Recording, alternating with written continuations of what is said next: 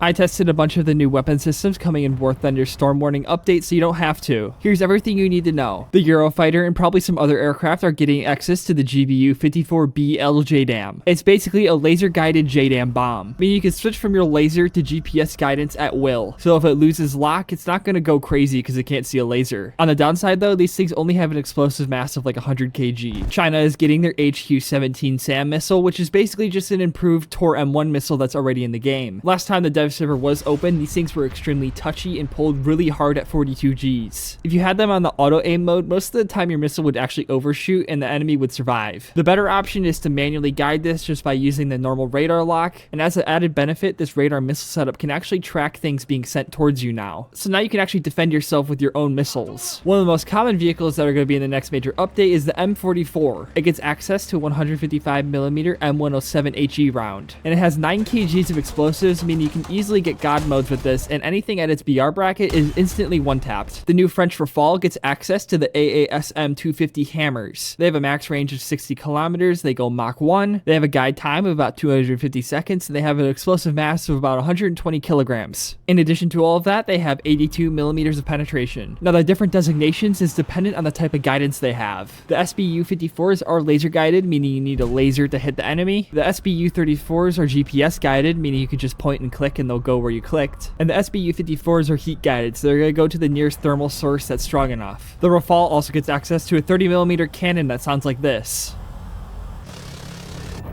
Sadly, the stats weren't on the dev server yet. The French VBCI is getting access to a 25mm cannon that's kind of like the one Italy has, but slightly different. It has really low pen for a 9.3, only getting 92mm maximum with APFSDS, but they are very fast, clocking in at 1400 meters per second. Combined with IRST, this thing is going to be a really good SPAA. The new CV90 Mark IV gets access to Mark 258 APFSDS, a new APDS round, along with Spike LR2s. As of last testing this in the dev server, these rounds are even faster, clocking in at 1500 meters per second, although you do not get IRST. The spike missiles on this thing are basically the same ones in the live server, they're just pointed down a bit more so you can't hit enemies that are directly in front of you. Sadly, the cannon rounds weren't fully modeled, they didn't have any spall, so it's kind of hard to tell you how good these rounds actually are. With 121mm of pen on the APFSDS belt, you wouldn't have a problem going through basically anything side at this BR bracket, but if there's no spall, it's going to be really bad. Russia is getting access to their Fab 3000 UMPK bomb. This is a GPS guided glide bomb that has about 2300 kgs of explosive mass. It should be able to basically one-tap anything, although it's a really slow bomb. The new Namer is getting access to the same belts the CV90 Mark IV has. And it's also getting the spikes too. There's nothing much really to see if you've already seen the CV90 Mark IV, it just plays the same exact way and it's still missing some of the spall aspects because it was the dev server. Not sure if you would count this as a weapon system, but it's also getting a trophy HV system. It has up to 6 charges, it can hit things going about 1000 meters per second maximum. It can hit slow missiles, it can hit guided munitions that haven't reached maximum speed, it can hit slower velocity cannon rounds and long distance cannon rounds, but it cannot stop guided bombs and it cannot stop APFSDS at long distances.